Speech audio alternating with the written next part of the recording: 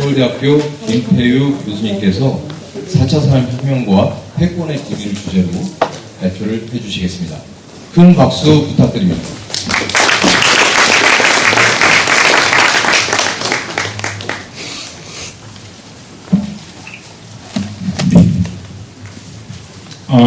안녕하십니까.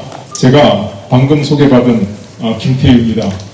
저는 그 교수생활 전반부를 자원공학과에서 에너지경제학을 주로 가르쳤습니다.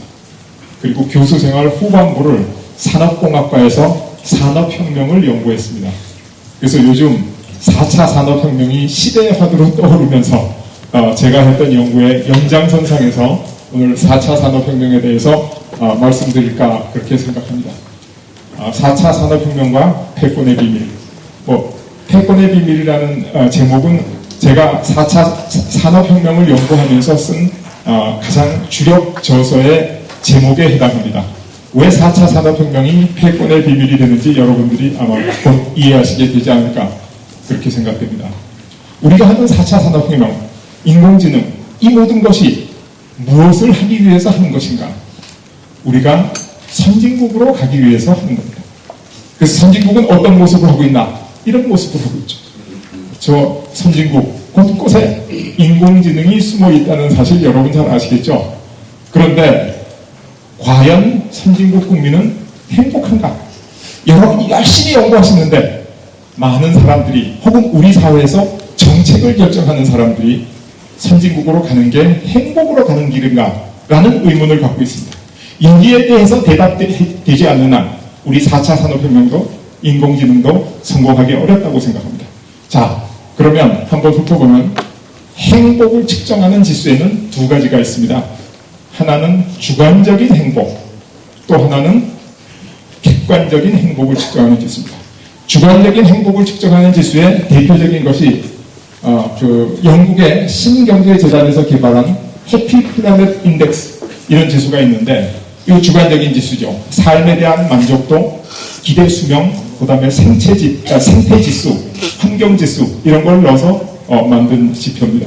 여기에 비해서 객관적인 지표를 대표하는 것은 UNDP에서 개발한 Human Development Index. 그래서 상당히 객관적인 통계 자료에 근거한 지수입니다. 기대 수명이라든가 국민 소득, 그 다음에 취학 기간, 교육 정도 이런 걸 통합해서 만들었죠. 이 두 가지 다른 지표로 그 사람의 행복을 측정해 보면 그 주관적인 행복 지수 HPI는 국민 소득이 낮은 나라가 행복 지수가 굉장히 높습니다. 그리고 국민 소득이 높은 나라가 행복 지수가 낮습니다. 그런데 반대로 객관적인 행복 지수는 국민 소득이 높은 나라가 행복 지수가 높고 국민 소득이 낮은 나라가 행복 지수가 낮습니다. 도대체 왜 주관적 행복 지수가 가난한 나라가 높을까? 여기에 대해서 이제 여러분들께 말씀드리고자 하는데 인간의 행복과 불행을 결정하는 두 가지 요소가 있습니다. 그게 뭐냐? 하나는 배고픔이고 또 하나는 배아픔입니다. 그런데 배고픔보다는 배아픔이 훨씬 강하게 우리한테 다가온다는 거죠. 훨씬 더 아프게 느낀다는 겁니다. 그래서 하버드 대학교 심리학과의 다니엘 길버트 교수가 졸업을 앞두고 취직할 하버드 대학교 학생들한테 설문조사를 했습니다. 네가 갈 수 있는 직장이 두 군데 있다. 한 군데는 월급이 5만 불이고 또 한 군데는 월급이 10만 불이다. 그런데 5만 불 받을 수 있는 직장의 평균 연봉은 2만 불인데 너만 5만 불 받는 거다. 10만 불 받는 직장에는 평균 연봉이 20만 불인데 너는 10만 불밖에 못 받는다. 그랬더니 하버드 대학생이 전부 나는 10만 불 안 받고 5만 불짜리 직장에 가겠다는 겁니다. 뭐냐면 배고픈 건 참을 수 있지만 배 아픈 건 참을 수 없다. 그래서 사촌이 땅을 사면 배가 아프다. 그게 한국 사람의 심성이 아니라 인간의 원래 심성입니다. 그렇기 때문에 배고픈 것은 참을 수 있지만은 배 아픈 것은 참을 수 없다. 그래서 가난한 나라, 효용의 증가, 부러움의 증가는 이렇게 가속적으로 증가하게 됩니다. 그래서 가난한 나라에서는 평균인이 걸어 다니는데 부자가 자전거를 타고 다녀도 별로 배 아픔을 느끼지 않습니다. 그러나 발전한 나라, 선진국에서는 평균인이 자동차를 타고 다니는데 아주 부자가 자가용 비행기를 타고 다닌다. 그럼 배아픔을 느끼게 되죠. 그 격차가 크기 때문입니다. 그래서 이 배아픔이 없는 나라가 후진국이고 배아픔이 있는 나라가 선진국이다. 이게 잘못된 게 아닙니다. 그래서 농업국은 후진국이고 산업국은 선진국입니다. 우리가 후진 농업국으로 가서 배 아프지 않게 다 함께 살아야 될 것인가? 절대로 그건 정답이 아닙니다. 우리는 어디로 가야 되냐? 바로 선진 산업국으로 가야 되겠죠.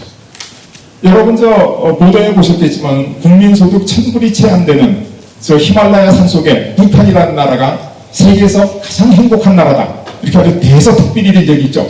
기억하시죠? 그런데 부탄에서 한국으로 이민 올라 그러는 사람은 줄을 서 있는데 미국이나 한국에서 부탄으로 이민 가려는 사람은 한 명도 없습니다. 우리가 추구해야 될 것은 바로 선진국이고 산업국입니다. 그러나 선진국과 산업국으로 가려면 빈부의 격차 같은 게 생기는데 이건 우리가 슬기롭게 함께 풀어나가야 될 문제지 우리가 이 인류 문명의 흐름을 역행해서는 절대로 안 된다는 말씀입니다.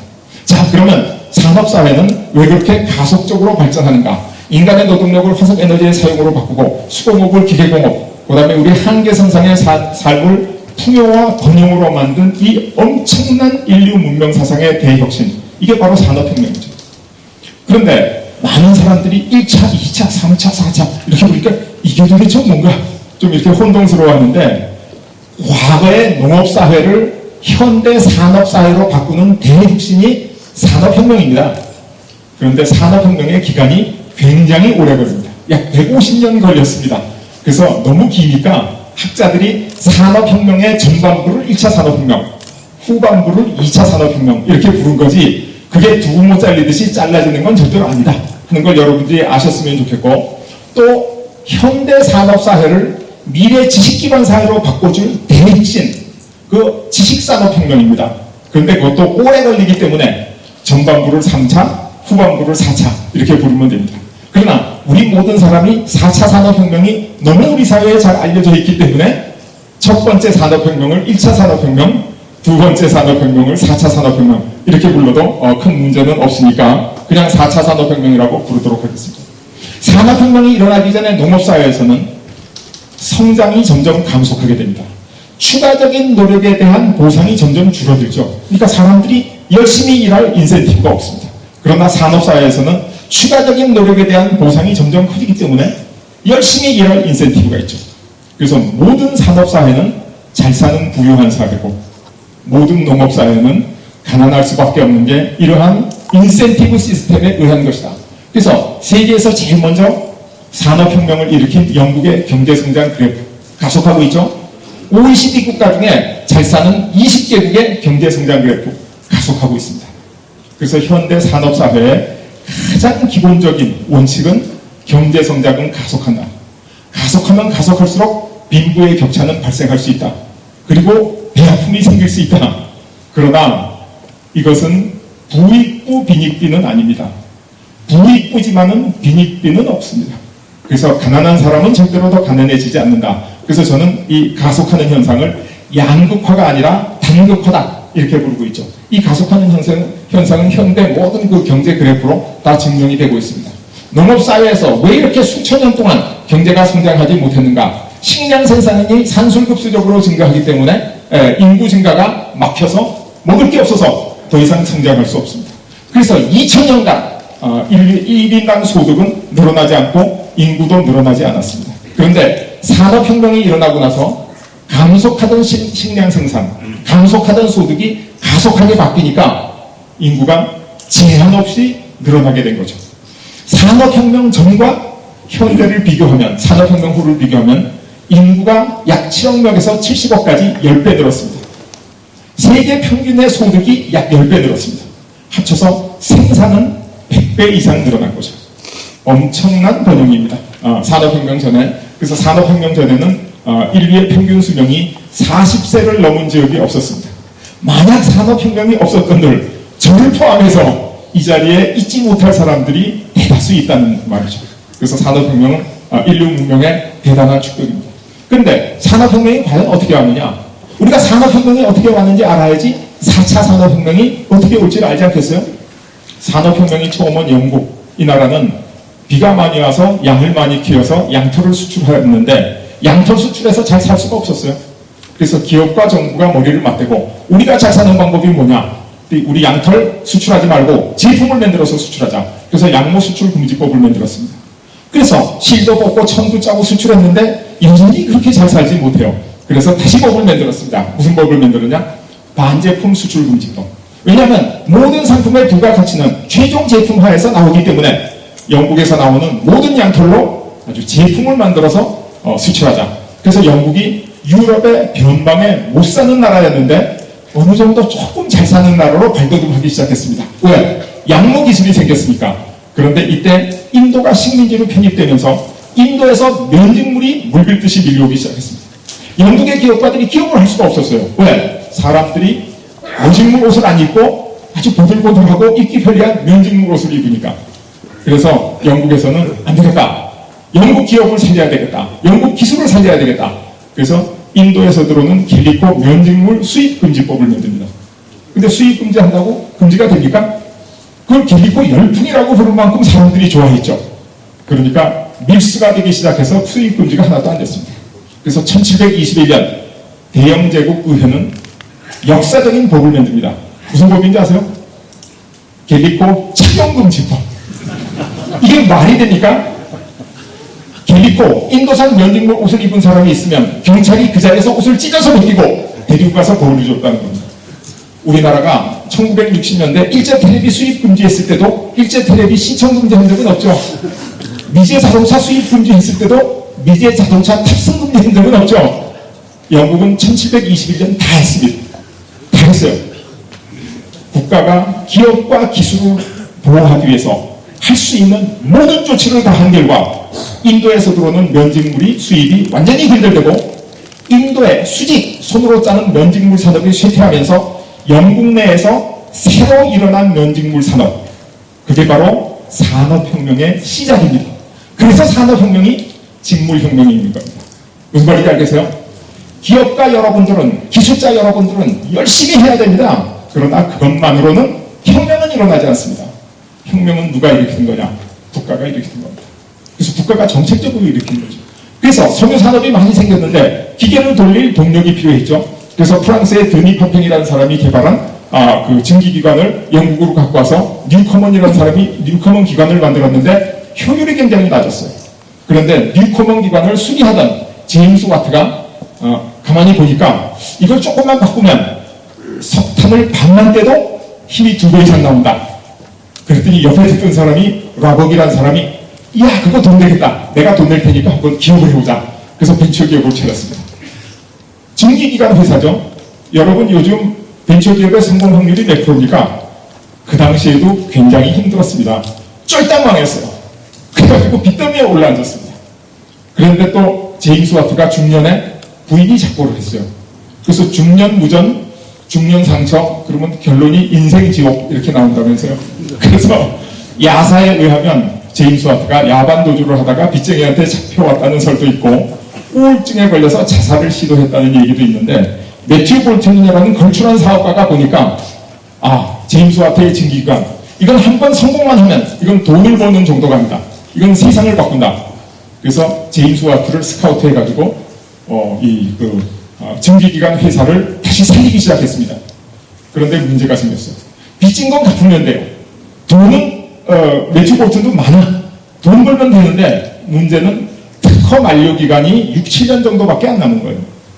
그래서 엄청난 돈을 투입해가지고 제임스 와트의 증기기관 특허를 완성시켜 놓으면 어떻게 되느냐? 모든 사람들이 다 복제를 하겠죠. 그 당시 특허라는 게 요즘 반도체처럼 복잡한 게 아닙니다. 눈으로 보고 망치로 두드리면 다 만들 수 있는 거예요. 그래서 딜레바에 빠졌습니다. 사업을 할 수도 없고 안 할 수도 없고 이건 하면 분명히 성공하는 사업이고 세상을 바꾸는 사업인데 특허 기간이 얼마 안 남았으니까 어떻게 하면 좋죠? 여러분은 어떻게 하시겠어요? 여러분이라면 어떻게 하면 좋겠습니까? 볼튼과 와트가 고민하고 고민하다가 대영제국 의회에 청원을 합니다. 이거는 우리 대영제국 위해서 너무 중요한 특허다. 특허 기간을 연장해달라. 말이 됩니까? 이거 중요한 특허인데 특허 기간 연장해달라. 아마 우리나라에서 지금 그런 얘기하면 웃음거리밖에. 그런데 대영제국의회는 치열한 토론 끝에 근소한 표차로 그때부터 20년 특허 기간을 연장해버립니다. 말도 안 되는 결정을 한 거예요. 원칙에도 위배되고 형평성에도 위배되고 있을 수 없는 이런 엉터리 결정을 한 대영제국의 의회. 그게 대영제국의 위대함입니다. 국익을 위해서 모든 것을 포기할 수 있는 나라. 그게 바로 영국입니다. 그게 바로 대영제국을 만든 거죠. 그래서 영국에서 산업혁명이 성공하고 지금 영어가 세계화가 다 됐죠. 지구상에 어디 가도 영어 안 타는 데가 없죠. 지구상에 어디 가더라도 의회, 국회는 전부 영국 의회를 모델로 만들어졌습니다. 정치, 경제, 사회, 문화 지금 이 세상이 다 영국화되어 버렸습니다. 여러분들이 응원하시는 축구, 그 영국 게임입니다. 영국의 이튼, 럭비, 웨스트민스터, 말보로 이런 명문 사립학교 학생들 체력 단련을 위해서 맺는 운동이고 여러분들이 열심히 응원하는 야구도 영국의 크리켓이 미국 가가지고 야구된 거죠. 또 개인적으로 여러분 좋아하시는 골프, 그 스코틀랜드 운동 아닙니까? 그래서 사람들이 얘기하되 참깨비가 억수같이 쏟아지는 날 그린에 출몰하는 동물은 참깨구리하고 한국 골프밖에 없다 이렇게 얘기한다는데 이 한국 골프가 좋아하는 골프 이거 영국에서 본 겁니다. 골프 안 하시는 분은 뭐예요? 우리 골프 안 하는 대통령 뭐 하셨죠? 테니스 하셨죠? 윈블던이 본고장입니다. 그래서 이 세상 사람들이 영국 사람들이 너무 잘 살고 너무 강하고 너무 멋지니까 영국 사람 하는 것을 싹 다 따라하게 됩니다. 이 힘이 어디서 나왔냐? 바로 기업과 기술을 철저히 보호하겠다는 대영제국 의회의 결정에 나왔습니다. 여러분 인공지능 열심히 연구하시면서 국회 아니면 정부에 당당하게 요구하세요. 여러분들은 구걸하실 사람들이 아닙니다. 열심히 일하는 것은 우리의 임무지만 4차 산업혁명이 일어나도록 도와주는 것은 정부의 의무입니다. 정부가 그걸 하지 않으면 정부가 직무를 다하지 않는 겁니다. 직무를 유기하는 겁니다.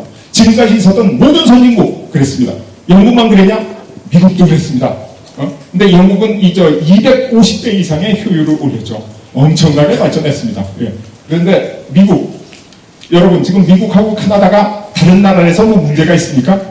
아니 미국이나 카나다나 유럽에서 배를 타고 해류 흐르는 대로 바람 부는 대로 북쪽에 정착한 사람은 카나다를 갔고 남쪽에 온 사람은 미국을 하죠. 미국 북부와 남부도 마찬가지예요.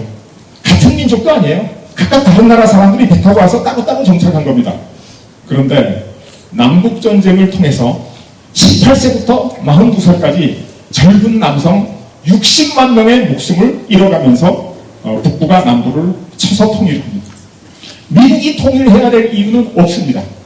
같은 단일 민족도 아니에요. 한 대륙에 꼭 한 나라가 있어야 되는 것도 아니에요. 왜 그랬냐? 바로 그 당시에 흑인 노예들을 데리고 남부에서 생산하던 목화가 오페크의 오일보다도 커머디티 마켓에서 강력한 힘을 가지고 있었다. 그게 바로 그 당시에 미국의 현실이에요. 그래서 남부에서 나오는 모든 목화는 어디로 가냐? 유럽으로 갔죠. 유럽에서 좋은 제품이 돼가지고 다시 미국으로 역수입됩니다. 그럼 미국에서는 비싼 값으로 그 제품들을 수입했죠. 그게 바로 식민경제입니다. 미국이. 그래서 북부의 링컨은 우리 미국을 이렇게 식민경제로 만들어서는 안 되겠다. 남부가 목화를 다 수출하고 유럽에서 좋은 기계를 수입하고 하는 것을 막아야 되겠다. 그래서 북부가 남부를 힘으로 통일을 시도합니다. 그래서 60만 명, 인구 비례로 따지면 지금 아마 600만 명 정도 엄청난 목숨을 잃습니다. 그래서 역사가들은 미국의 남북전쟁을 인류 역사상 최초의 대량살상전쟁 이렇게 부릅니다. 그 대량살상전쟁이 없었으면 어떻게 되겠는가? 아직도 미국이 농업국으로 유럽의 경제적인 식민지가 됐을지도 모릅니다. 바로 미국의 섬유산업을 위해서, 아까는 영국의 섬유산업을 위해서. 왜 섬유산업이 그렇게 중요했냐? 섬유산업이 산업혁명의 시작입니다. 그리고 섬유산업이 일어나면 섬유를 짜기 위한 기계산업이 일어납니다. 섬유를 염색하기 위한 염료, 화학산업이 일어납니다. 그래서 1차 산업혁명의 심장이 뭐냐? 섬유산업입니다. 그렇다면 4차 산업혁명의 심장은 뭐냐? 인공지능입니다. 여러분이 여기 모이신 이유죠. 아까 선진국의 모습, 그 어디도 인공지능이 빠진 곳이 없습니다. 자율주행 자동차, 공장 자동화, 어린아이의 왕부에 이르기까지 앞으로는 인공지능이 모든 산업에 아주 중추적인 힘의 원천인 4차 산업혁명의 심장과 같은 역할을 하게 된다. 그래서 영국과 미국은 이러한 희생을 무릅쓰고 산업혁명을 성공시켰어요. 지금 우리가 해야 될 건 뭐냐? 많은 어떤 희생이라도 무릅쓰고 인공지능을 발전시켜서 4차 산업혁명을 성공시켜야 합니다. 그러기 위해서 여러분들이 여기 계신 겁니다. 미국 같은 선발국 말고 후발국, 독일, 일본 할 것 없이 전부 정부 정책이 산업혁명의 결정적인 역할을 하는 겁니다. 자, 그러면 지금 우리가 앞으로 추구하는 4차 산업혁명 시대를 지식기반 사회 이렇게 부르는데, 지식기반 사회를 다시 한번 설명드리면 농업사회의 경제성장은 점점 줄어드는 감속하는 사회입니다. 모두 가난한 사회입니다. 산업사회는 경제성장이 점점 더 빨라지는 가속하는 사회입니다.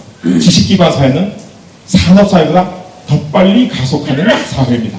그래서 첨단 과학기술이 고도하고 신인류가 AI, 인공지능으로 무장할 때, 그럴 때 경제성장이 더 빨리 하는, 더 빨리 가속하는 사회로 우리가 가게 되는 겁니다. 그런데 많은 사람들이 인공지능 하면, 인공지능이 인간을 지배하면 어떡하냐, 이런 우려를 하죠. 이게 터미네이터라는 영화가 너무 유행을 해서, 사람들이 착각하고 있는 겁니다.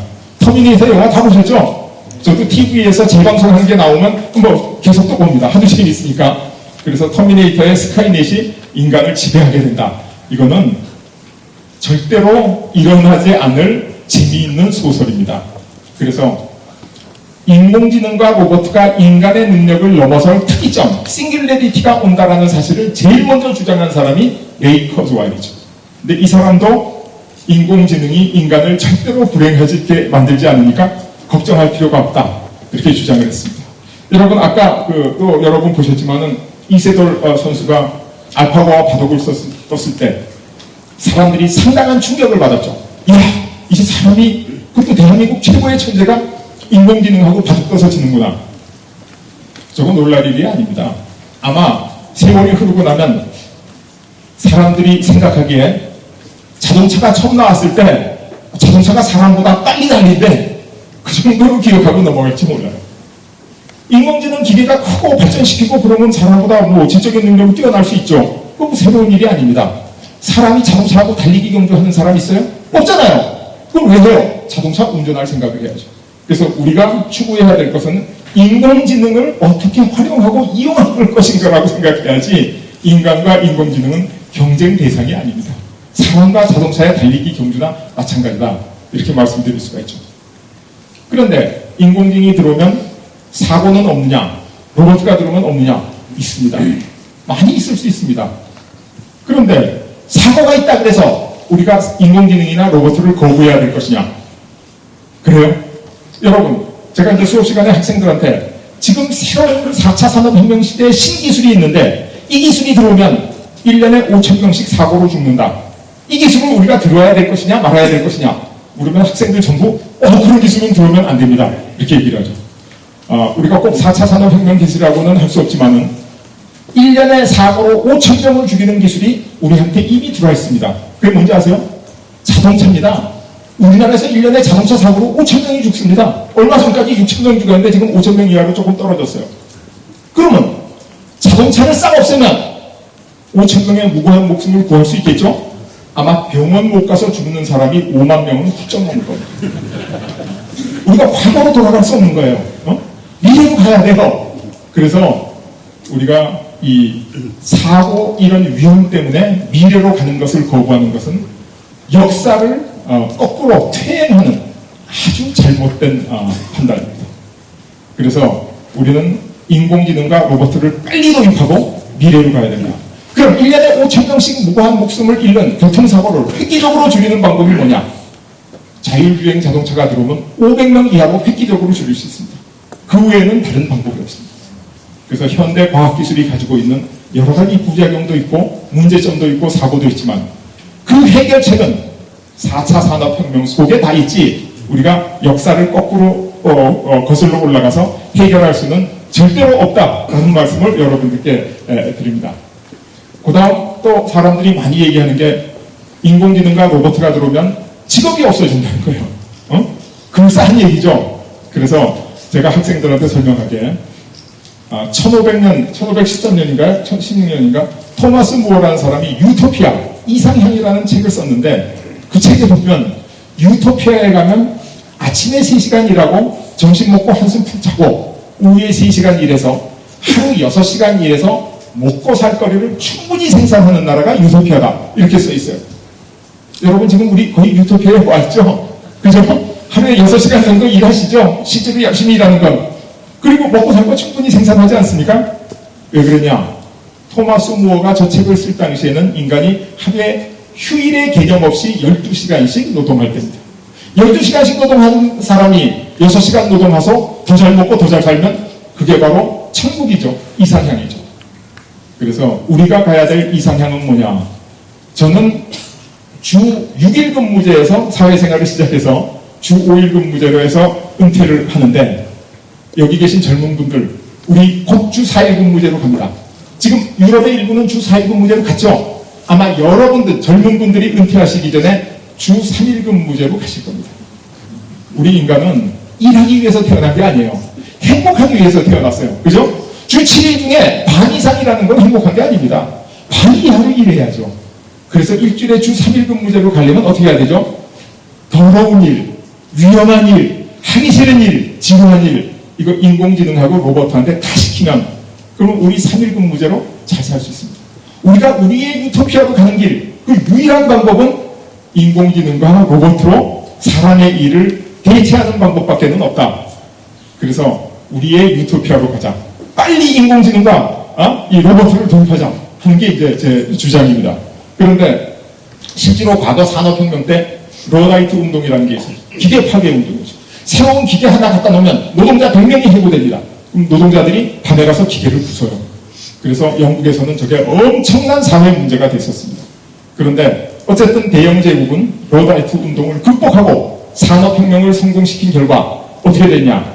영국 사람들의 생활 수준이 영국의 노동자들이 네덜란드보다 훨씬 못 살았습니다. 이게 네덜란드인데요.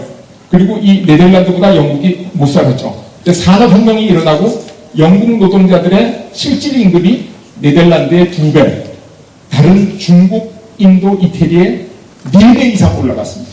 산업혁명의 가장 큰 수혜자는 누구냐? 기업가나 기술자가 아니라 노동자, 근로자였다는 겁니다. 무슨 말인지 아시겠어요? 산업혁명의 가장 큰 수혜자가 근로자였는 것처럼 4차 산업혁명의 가장 큰 수혜자도 결국은 근로자가 될 것이다. 노동자가 될 것이다. 그래서 우리가 4차 산업혁명을 절대로 겁내고 경은시하고 멀리하고 그래서는 안 되고 용감하게 4차 산업혁명이라는 미래로 나가야 된다라는 말씀을 제가 지금 여러분께 드리고 있습니다. 사실 이런 일이 생긴 게 그 직업이 없어진다는 게 2016년 다보스 포럼에서 직업의 미래라는 보고서가 발표됐는데 여기 뭐라고 써 있냐면 그 2020년까지 직업이 720만 개가 없어지고 200만 개가 생겨서 네트로 520만 개가 없어진다. 저게 딱 발표되고 나니까 많은 분들이 저거를 그대로 인용해가지고 직업이 없어진다 이렇게 말씀하신 거예요. 그래서 제가 기회 있을 때마다 사람들한테 아까 말씀드린 유토피아 얘기부터 하면서 절대로 걱정하지 마십시오. 직업은 많이 늘어납니다. 그게 우리의 가야 될 미래입니다. 이렇게 설명을 했죠. 이게 그 내용입니다. 그런데 2018년 직업의 미래 보고서가 새로 나왔는데 뭐라고 돼 있냐? 2022년까지 본연하고 기간을 조금 바꿨어요. 새로운 직업이 1억 3,300만 개가 생기고 7,500만 개가 생겨서 5,800만 개의 직업이 새로 생긴다는 겁니다. 무슨 말인지 아시겠어요? 4차 산업혁명은 절대로 직업을 없애지 않습니다. 직업이 점점 많아지고 근무 시간은 줄어들고 이게 바로 우리가 갈 수 있는 미래의 유토피아다. 그래서 이 4차 산업혁명이나 인공지능의 가장 큰 장애물은 우리가 노력이 부족한 것도 아니고 여기에 대한 우리 사회의 부정적인 정서가 있다는 겁니다. 우리가 그 정서를 극복해야만 국가가, 사회가 전폭적으로 여러분들을 하는 일을 지원할 수 있기 때문에 제가 여러분들한테 먼저 절대로 직업이 없어지지 않는다라는 말씀을 드리고 있는 겁니다. 그런데 많은 사람들이 야, 우리 골치 아프게 미래로 갈 것 없이 그 복잡한 수학도 것 없이 농업 사회로 들어가서 편안하게 잘 살면 좋지 않은가 이런 생각을 하는 사람들이 우리 주변에 계십니다. 대표적인 게 그 MEC 공동체라고 미국 동부에 가면 아주 옛날 방식 15세기 방법으로 사시는 분들이 있죠. 근데 저분들이 그렇게 겉보기에는 평화스럽게 사시지만은 저분들의 주 수입원이 농업 생산이 아니라 관광 수입입니다. 저 구경하러 오는. 그리고 저분도 몸이 아프면 전부 다 병원에 갑니다. 그래서 실제로는 문명의 이기에 도움을 다 받는 분들이고 또 MEC 가족들 중에서도 젊은 청년들은 절대로 저기 만족하지 못합니다.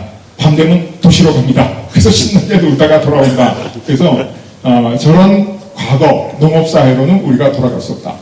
저거 사람들이 유기농으로 건강한 채소 만들고 건강한 곡식 생산해서 잘 먹는데 무슨 소리냐? 절대로 그렇지 않습니다. 우리 조선시대에 전부 유기농이었죠. 산업혁명 전에 유기농 아닌 게 어디 있습니까?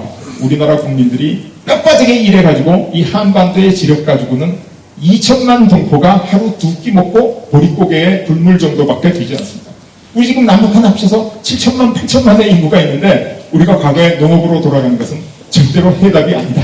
이렇게 여러분들이 한테 제가 확신할 수 있습니다.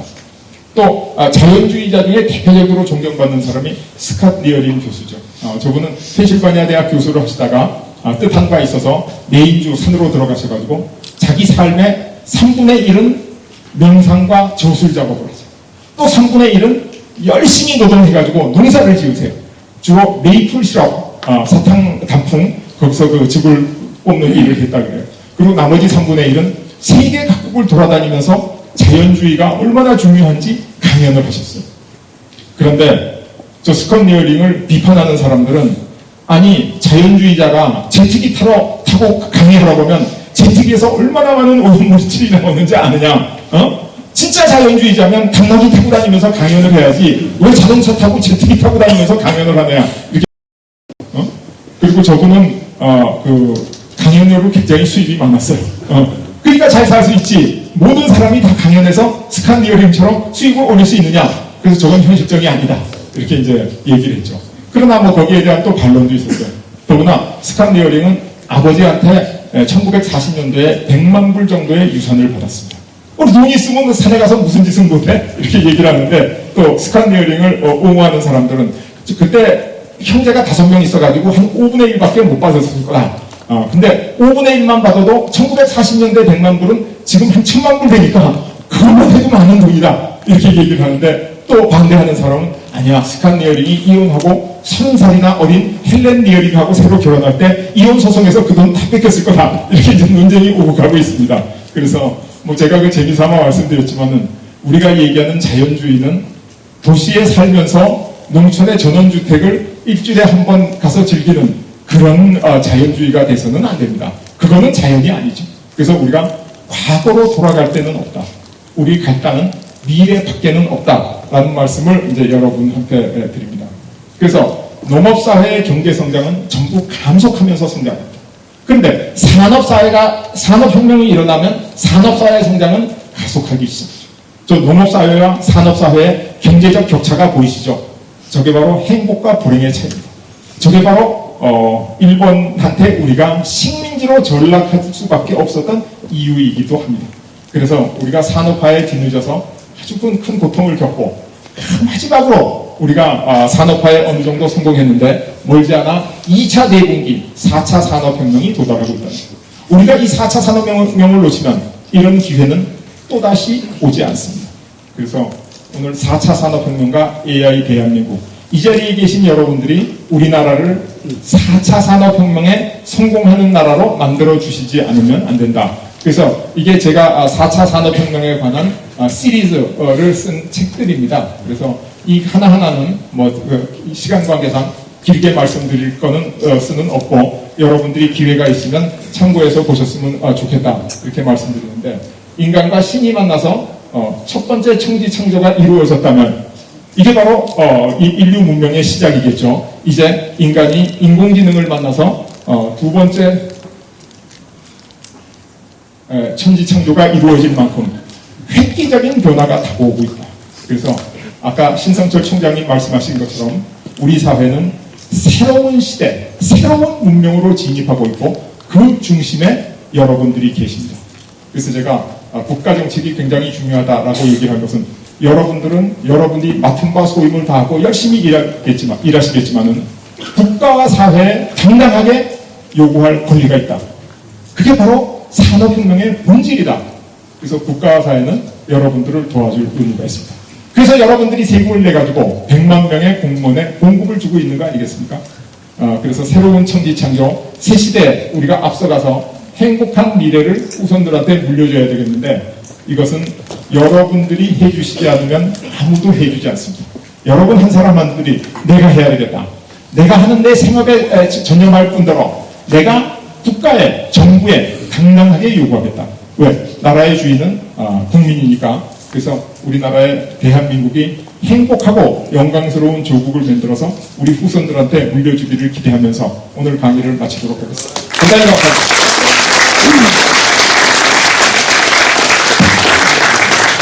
김태우 교수님 대표 정말 감사합니다. 다시 한번 박수 부탁드립니다.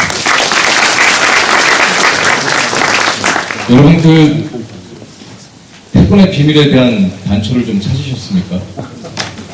꼭 찾으셔서 앞으로 지금 점입가경으로 치닫고 있는 그 A와 C 두 나라가 있잖아요. 그 나라들을 좀 이겨서 우리나라가 태권으로 거듭나길 기대해 봅니다.